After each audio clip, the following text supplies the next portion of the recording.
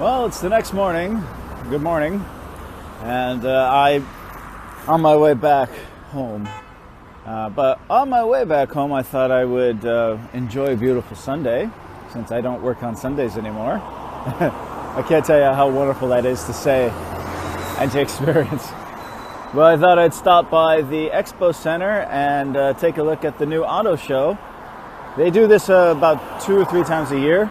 I was last at this auto show about a year ago, so it'd be interesting to go take a look around. Again, this time I'm going to focus more on the Chinese cars, not the imports. I might do some imports, but I'm more interested in Chinese cars because honestly, when I do buy a car, I'm probably going to buy a Chinese car. Mostly because they're a little cheaper, and many of them are not that bad at cars. Many brands are just crap, of course, but there are some Chinese brands making a name for themselves, not just here in China, but throughout the world. They're being exported to different markets. So I'm very interested to seeing some of those.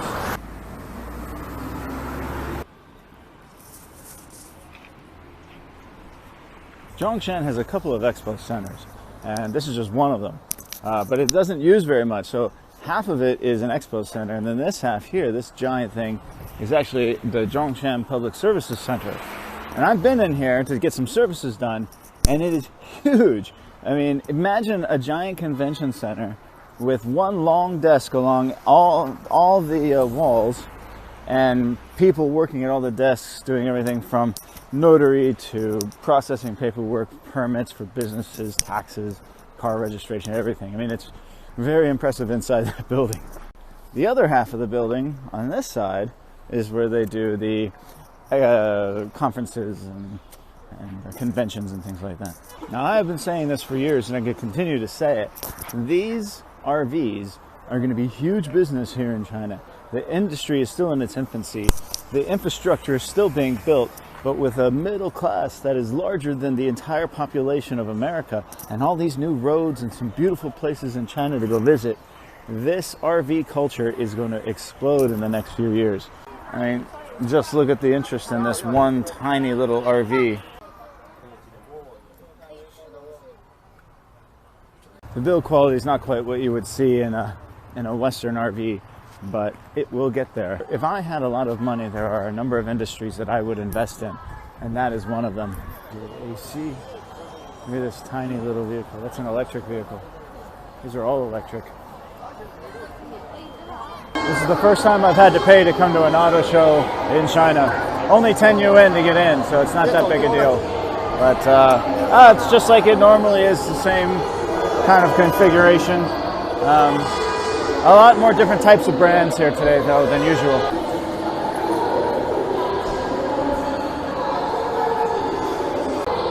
We'll start with Chang'an. This is a very popular brand. You see it everywhere, and especially this model. This is the CS35 Plus. Just like a very common thing in these mini SUVs you see is the C-pillar. They come back and they kind of cover this area right here. There's no window, and you see that on a lot of Chinese manufacturers. Most of these cars are all 4 cylinders, and they mostly have turbos in them. This is a Chang'an little hatchback, 4-door hatchback. This one's kind of cool. I've never seen this one before.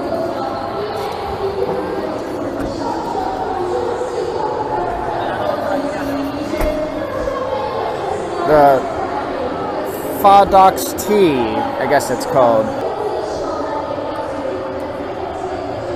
Remember, Chinese cars are all going to be about 20 to 30% cheaper, if not more than that, than an import car, because of all the tariffs that the government puts on them. This is Luxian. This is a Taiwanese company, and my lady friend has a Luxian little crossover SUV that you see me drive around a little bit, and it's a cool little car. The interior is all plastic, and it's got a pretty peppy little 4-cylinder turbo in it. Pretty fun to drive around. Kind of a funky, goofy interior.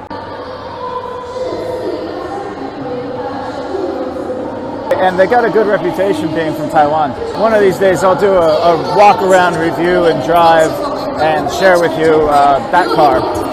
This is the smaller Lux Gen. I kind of like this one. This one's pretty sporty. Look at this roof rack.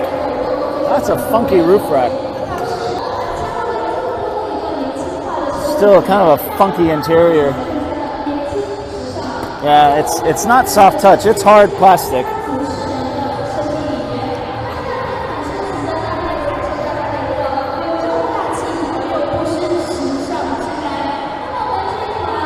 Now the French maker Peugeot, which I rented a couple of weeks ago when I moved, and I used it to move all my furniture to the new apartment, they are making a huge impact in China. They are growing by leaps and bounds here.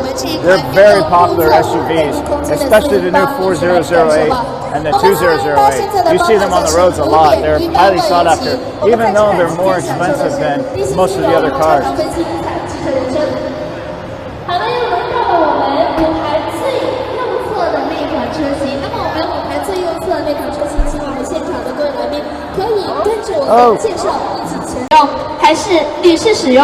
Now everybody knows MG. MG is that British company. But here in China, it's a partnership between a Chinese company and a British company. In fact, I think there's some ownership. I'll have to double check online. But the MG is a really cool little mini crossover that's not too expensive because they're built here in China. The two models they have here, they have a ZS and then the GS.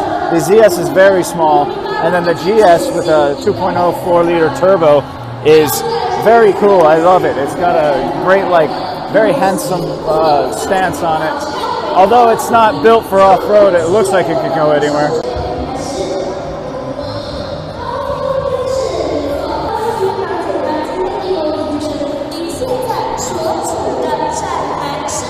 I really don't know how to pronounce this. Probably Roewe.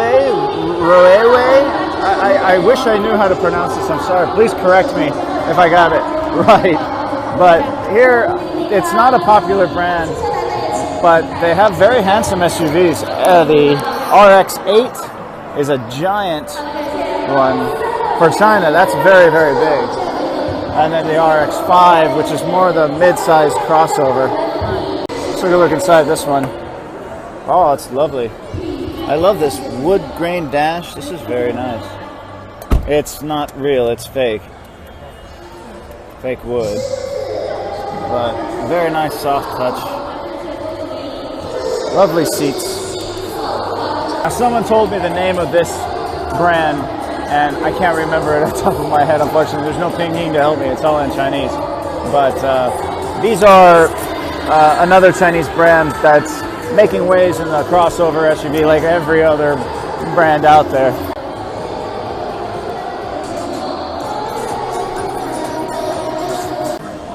AX7 is pretty big.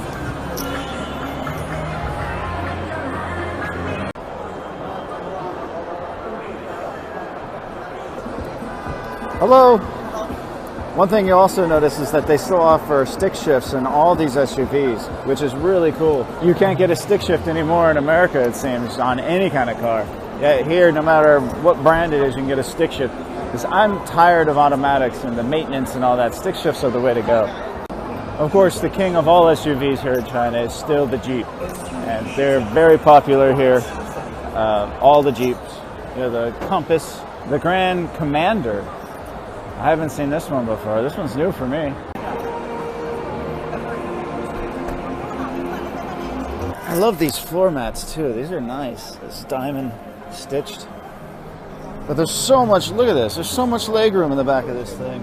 And behind me, there's still all this cargo room. I mean, for China, this is a huge SUV. 364,000 RMB for the Jeep Grand Commander. They have the Renegade,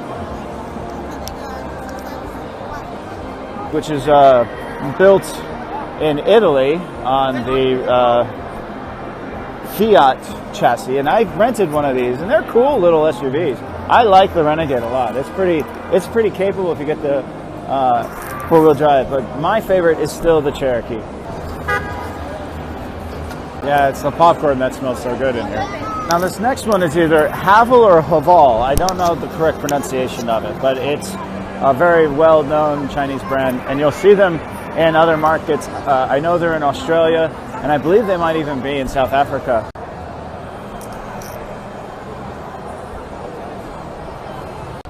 Yeah, the Havels have very nice interiors. Okay, here's that C-pillar going up. You've seen a lot of them.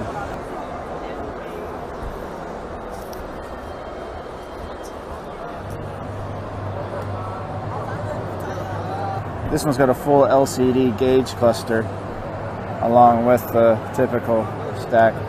And the materials are very nice. Everything is a soft touch. It seems very well built. You have the F5, and then you have the F7, which is very big. And I dig this one. This one looks really cool. I gotta sit in this one, guys. It's got black lights under the floor. Like a nightclub. The seats are super comfortable and very bolstered. I love this dash out. I mean, this is an odd, funky screen, but how it blends with the dash is beautiful. It's still kind of minimalistic, not too bad. Great ergonomics. Chinese automakers are not in America yet, but they will be soon. And Haval and Geely will probably be two of the ones that are going to make a splash in America before any of the other ones. This is another car brand that I see a lot, but I don't know how to pronounce it. Is it Xenia? Xenia, I think it is. But they're another SUV maker, among others. The Xenia City, this one is. Stick shift. Very, very cheap. 1.5 liter turbo.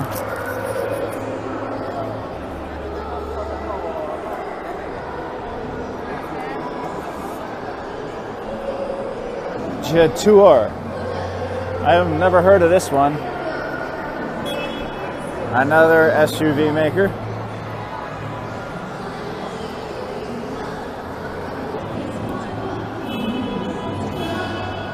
Favorite name for a car company in China, Borgward.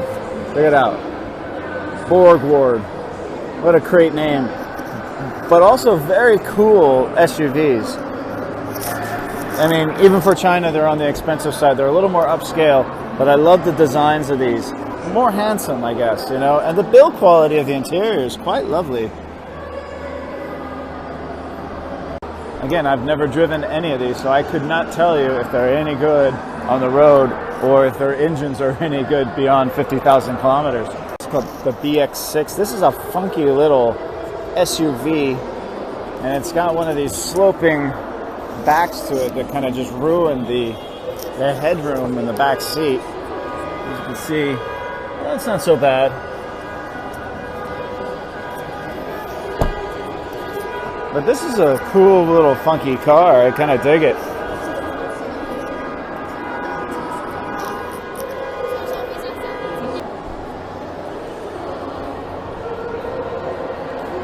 This is Zotye. The history of Zotye here in China is terrible. They have very horrible cars. But you see some 10-year-old SUVs on the road that are just falling apart. And they're some of the cheapest, SUVs that you can buy in China on the used market. But their new offerings are completely different from their old cars, and they're starting to sell again. I have no idea if their quality is good, but they don't have a reputation of good quality. But that could all change. You never know. Like, everything changes here, like, overnight. See, another funky C-pillar.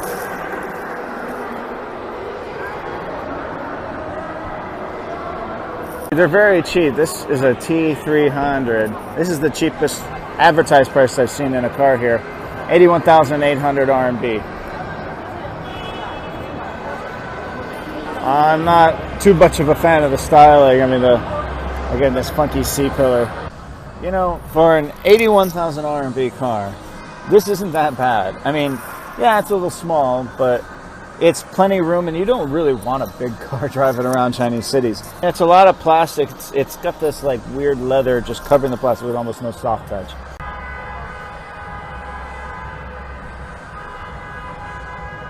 You know, the build quality seems okay, and it's got everything you need. You can get a stick shift in it. But the second-hand car market here is notoriously bad as far as quality and everything being ripped for parts. And especially in southern China, in Guangdong, there's an awful lot of flood-damaged cars too that you got to be careful of.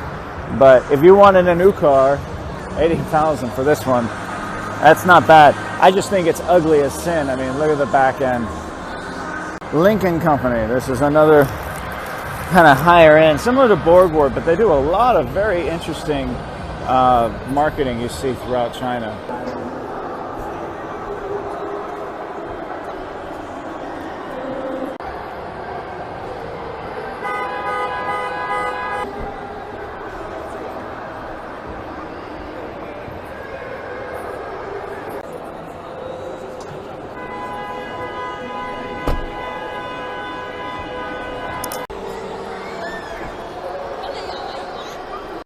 And of course, you got your higher end cars, your Mercedes, your Audi, Maserati. There's a Lexus. This is just an import dealer here. Now, this car brand here, I've been told it's kind of like a Mazda knockoff. I don't see it, but I don't know how to pronounce the name of the company. But this is a good looking little crossover SUV.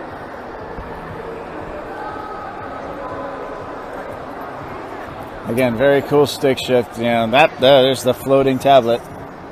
It doesn't look too bad. Good materials. Very comfortable car. Now, you don't see old cars here in China very often. It's extremely rare. And they've got a couple of old cars here on display.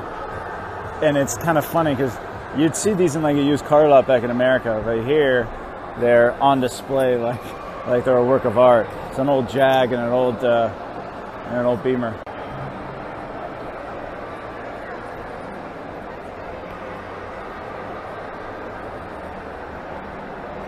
Now, you won't see that in Zhongshan very often. I mean, there's a million of them back home, and I'm used to seeing them. But that's pretty cool. Now, here's another car brand that I have no information on whatsoever. It says since 1958. Is it 6D or GD? Help me out with that, guys. The name of this one.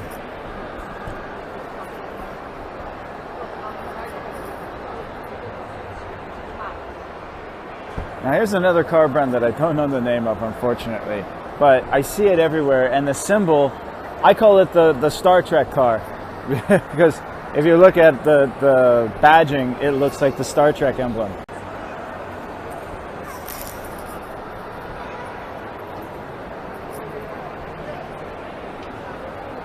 X70. This one's funky. This kind of looks like a cross between a Range Rover Discovery and a Jeep. I mean, for as boxy and as big as it is, look at the size of these tiny little tires and wheels. Yeah, this one is definitely a cheaper model. It's not very expensive. It's not built very well at all. It's a people mover, almost like a DD car. Here, let's take a look here. Yeah, the seats. Yeah, everything in here is very cheap. I mean, check it out. Now, you can feel the cheapness just from closing the door. That's the Star Trek car. I see a lot of people selling the Renault, but I almost never see it actually being driven out on the roads.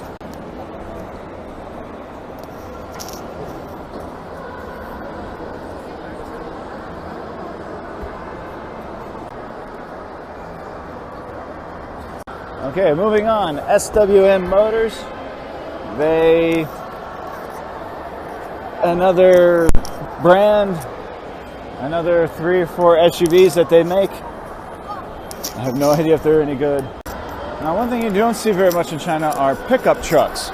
Here's a pickup truck, and this is something you see a lot of, like, municipal workers riding around and construction workers, and they've got a terrible reputation for quality.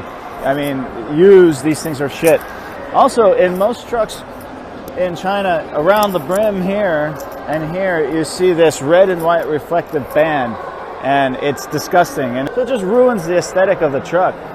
But I'd love to see truck culture take off here like it is in America, because I would love a good quality pickup truck, you know. Yeah, see, this is very cheaply put together, and when you hear them driving down the road, the diesel engines sound like they're just going to fall out of it, and that's even for new trucks. Yeah, it's just a hard plastic.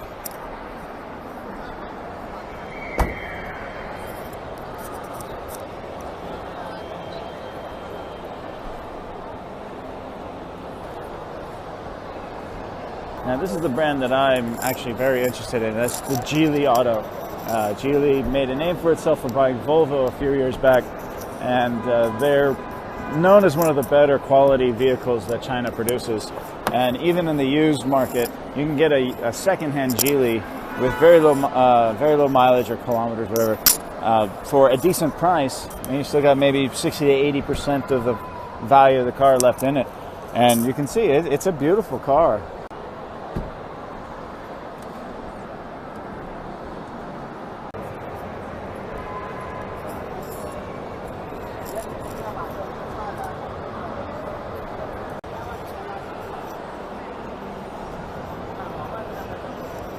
I mean, even in their smallest offering, the quality is really good. The design is very good. They've got a floating, center console here with lots of storage underneath. The seats are heavily bolstered, very big and comfortable seats. It's a good vehicle with good engines, from what I'm told.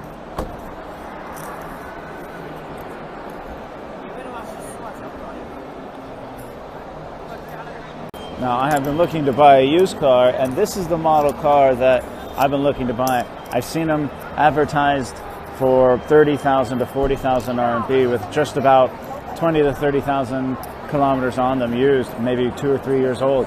And that's an amazing price. It's a small little SUV, but I don't need much here. But check this out. It's a funky design, but good quality for a good price.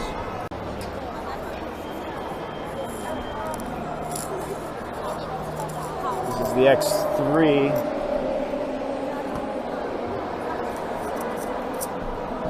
It's really small.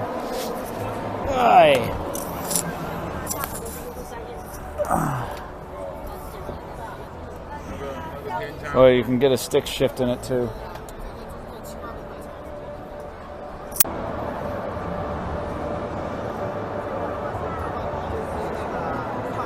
The other Geely that I might buy is called the GS, and it's a small little crossover similar to the Luxgen that my lady friend has.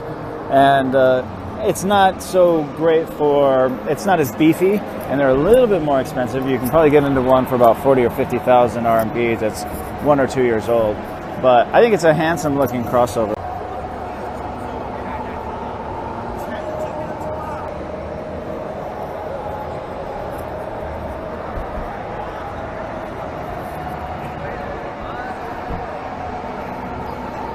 If you follow Chinese vloggers, you'll know about Serpent ZA. And he famously has a Chinese car that he's talked about. It's a small, tiny little piece of crap car. But he's a mechanic, and so he can keep it running quite easily. And he bought a Cherry. This is Cherry. Now his car, I don't know, he says like 7 or 8 years old now. And the new Cherries are out, and they're fairly decent, including this tiny little SUV crossover.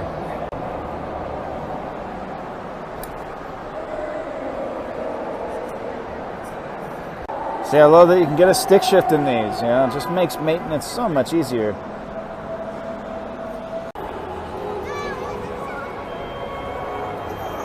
Probably the most popular small SUV crossover is called the GS4. It's made by a company called Trumpchi or GAC, and you can take a look. You see them everywhere. And you can get these in all different kinds of configurations. I believe this one's a plug-in hybrid, yeah. And you can get them in electric or just regular gas. But you can see that it's got the funky C-pillar. But these are everywhere, and you can get parts for them very cheaply because they've been making them forever. And of course, electric cars are making a big splash here. There's a funky one with a strange C-pillar.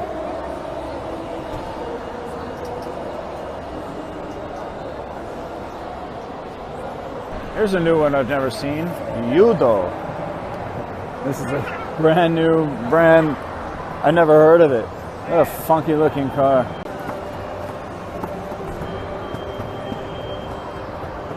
It's a tiny little sucker. Look at that. Not even a full dash. Very cool. Very interesting design there.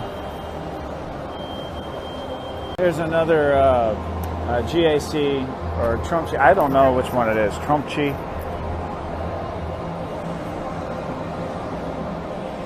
Or GAC, you can see there.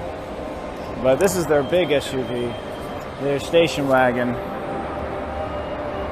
And I see this a lot, it's very popular. But one thing, if you look at the headlights on this sucker, they're very complicated headlights. And there's a lot of pieces that get broken here. So you see them drive down the street and they've already got one or two lights out. And of course they also have, you know, the Hondas and the Toyotas and the Fords. But I didn't want to spend too much time. You've seen a million of those. I wanted to mostly document some of the Chinese brands that are, every time I come here, they get more interesting and better quality, it seems. You know, these are brands that most people outside of China have never heard of. I know I haven't. I'm still learning about them. As you saw, I can't pronounce many of the names and don't know many of the specs other than, you know, I could read a little bit of the Chinese on the spec sheet, but for the most part, they've got a lot of, you know, special features and everything that I'm not aware of, that I just need to do more research. And I will continue to do more research and come to these events in the future.